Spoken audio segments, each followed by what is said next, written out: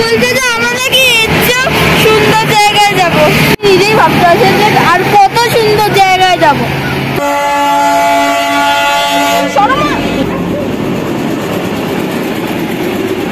এই জায়গাটা আসলে হচ্ছে আপার সোনাদা, এরপর ছটকপুর আছে, তারপর সেন্ট্রাল ওয়াইল্ড লাইফ স্যাংচুয়ারি শুরু হয়ে যাচ্ছে।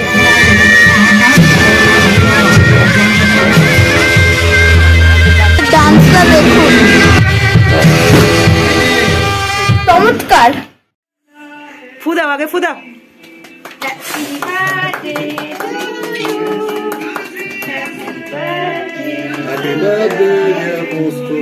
Happy birthday to you. আগে ভাইকে দিবি, হ্যাঁ সবাইকে একটু। এই পড়ে যাবে, পড়ে যাবে, পোস্ট ঠিক করে ধর। পেছনে ওই আন্টি আছে। আজকের বার্থডে সেলিব্রেশন আমি শুরু করলাম কেক কাটা দিয়ে। আন্টি আমার জন্য একটা কেকের ব্যবস্থা করেছিল। এবার একটু নিজে খা। আন্টি আমার একটা স্পেশাল তাংখা গিফট করেছিল।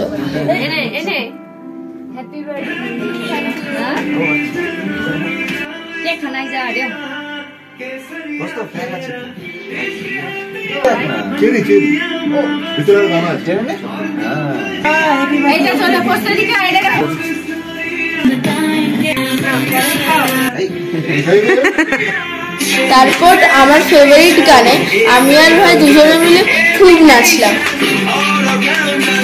আর রাত্রিবেলা স্পেশাল ট্রিট হিসেবে ছিল মোমো। চারদিকে প্রচন্ড কুয়াশা আর ঠান্ডা, তারই মধ্যে এরকম বার্থডে কখনো সেলিব্রেট করিনি। আজ সকাল সকাল আমরা উঠে পড়েছি। আজ সকালবেলা রোদ উঠেছে, আবার মেঘও নেই, পুরো সামনের পাহাড়গুলো ক্লিয়ার দেখা যাচ্ছে। আর এই আমাদের হোমস্টের কিছুটা পিছন থেকেই সেন্ট্রাল ওয়াইল্ড লাইফ স্যাংচুয়ারি শুরু হচ্ছে, সামনেও আছে। আমি আর মা গ্রামের মধ্যে বেশ খানিকক্ষণ হেঁটেছিলাম। গ্রামে প্রত্যেকের বাড়িতে খুব সুন্দর ফুল আছে। আমরা তারপর হোমস্টের দিকে হাঁটা লাগিয়েছিলাম, ঠিক তখনই আমাদের আন্টি এসে জিজ্ঞেস করলো যে আমরা সেন্ট্রাল ওয়াইল্ড লাইফ ফরেস্টের মধ্যে ঢুকবো কিনা। এই জঙ্গলের মধ্যে একটা জায়গায় বৌদ্ধ সন্ন্যাসীরা প্রত্যেক বছর পুজো করতে আসে। তারপর আন্টি বলছে আমরা সেই জায়গাতেই যাব।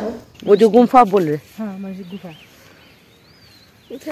वही चल जाए। कब आते हैं वो लोग? वो साल में कब आते हैं?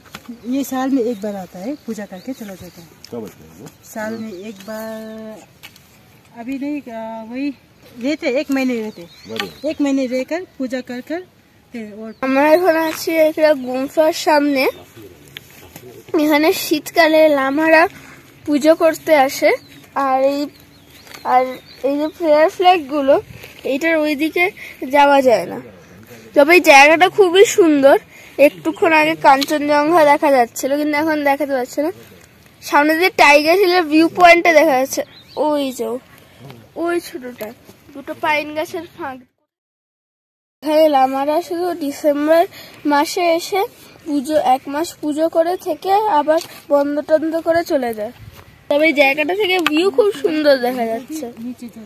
কাঞ্চনজঙ্ঘা তো বটেই, আশেপাশের কিছু শহরেরও ক্লিয়ার ভিউ দেখা যাচ্ছিল, যেমন সুখিয়া পোখরি, ঘুম, রংপুর আর সেন্ট্রাল ওয়াইল্ড লাইফ ফরেস্টের ঘন বন। জায়গাটা ছেড়ে আসতে তো ভালো লাগছিল না, কিন্তু আন্টি বলল যে আমরা ব্রেকফাস্ট করার পর এই সোনাদার মোনাস্ট্রিটায় যাব। সেখানে নাকি কয়েকদিন ধরে একটা ফেস্টিভ্যাল হচ্ছে, সেইটা দেখার জন্য।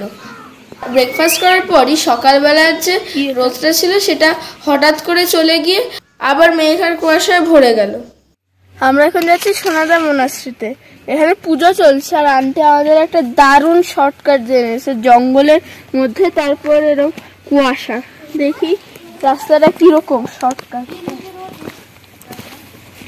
এটা শর্টকাট, কিন্তু এই রাস্তাটাও যাওয়া যায়। আরো কেউ আসছে।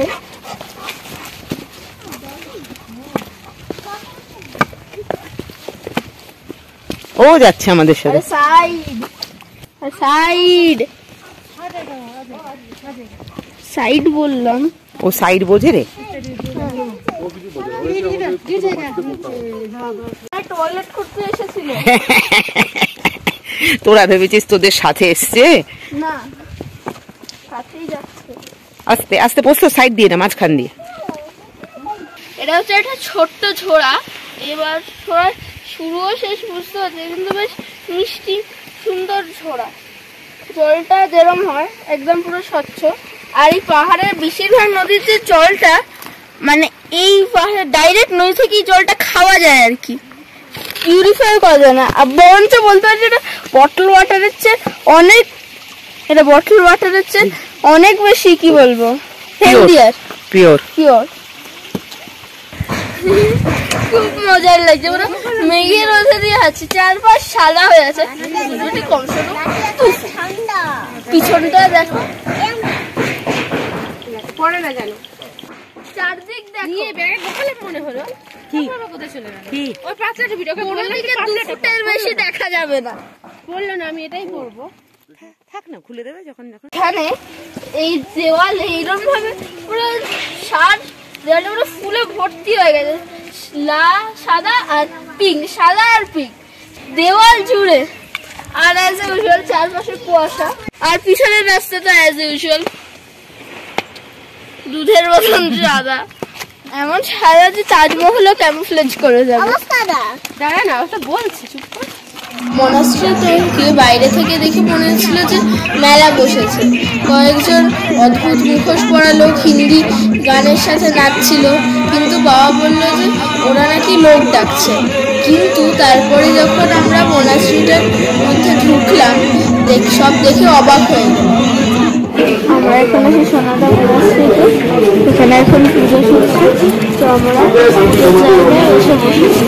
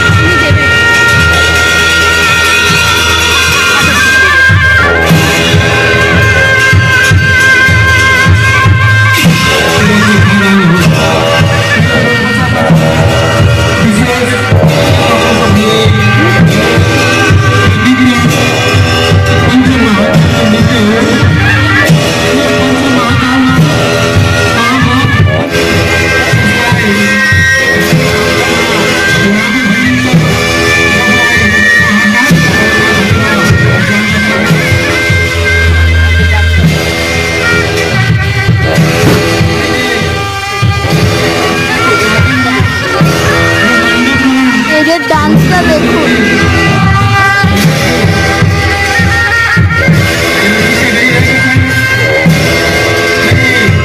এবং কুয়াশার মধ্যে এবং ভয়ঙ্কর সাংঘাতিক মুখোশ পরা লোকেদের দেখে আমি প্রথমে খুব ভয় পেয়ে গেছিলাম।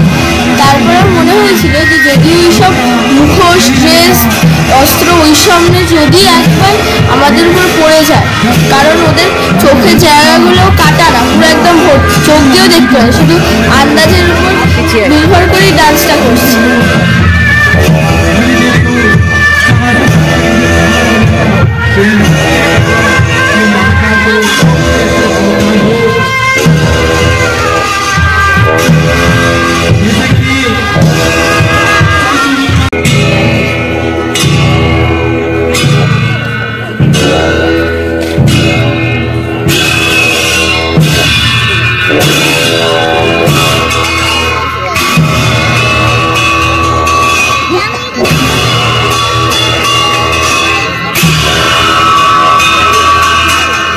নাচটার নাম হচ্ছে ছাম ডান্স।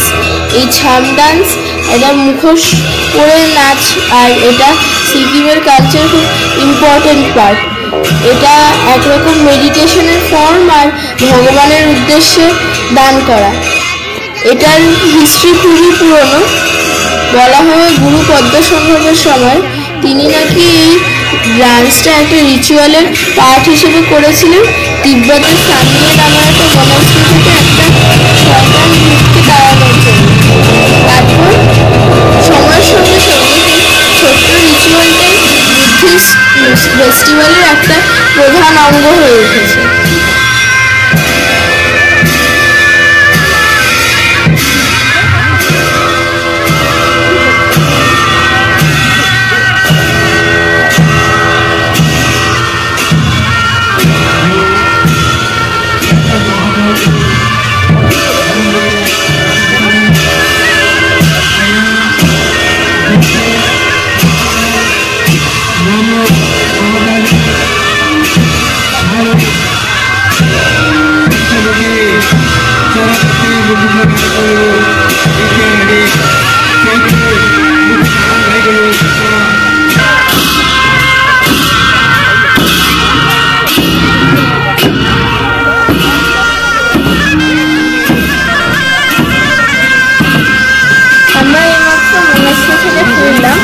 এবার এইরকম অভিজ্ঞতা আমার আগে কখনো হয়নি। আমি কাছ থেকে অনেক পুজো দেখি, কিন্তু বুদ্ধিস্ট পুজো এত কাছ থেকে দেখিনি। আর তাছাড়া নাচটা চমৎকার ছিল। আমি তো কয়েকটা স্টেপ মুখস্থ করেছি, সব মিলিয়ে অভিজ্ঞতাটা দারুণ হলো।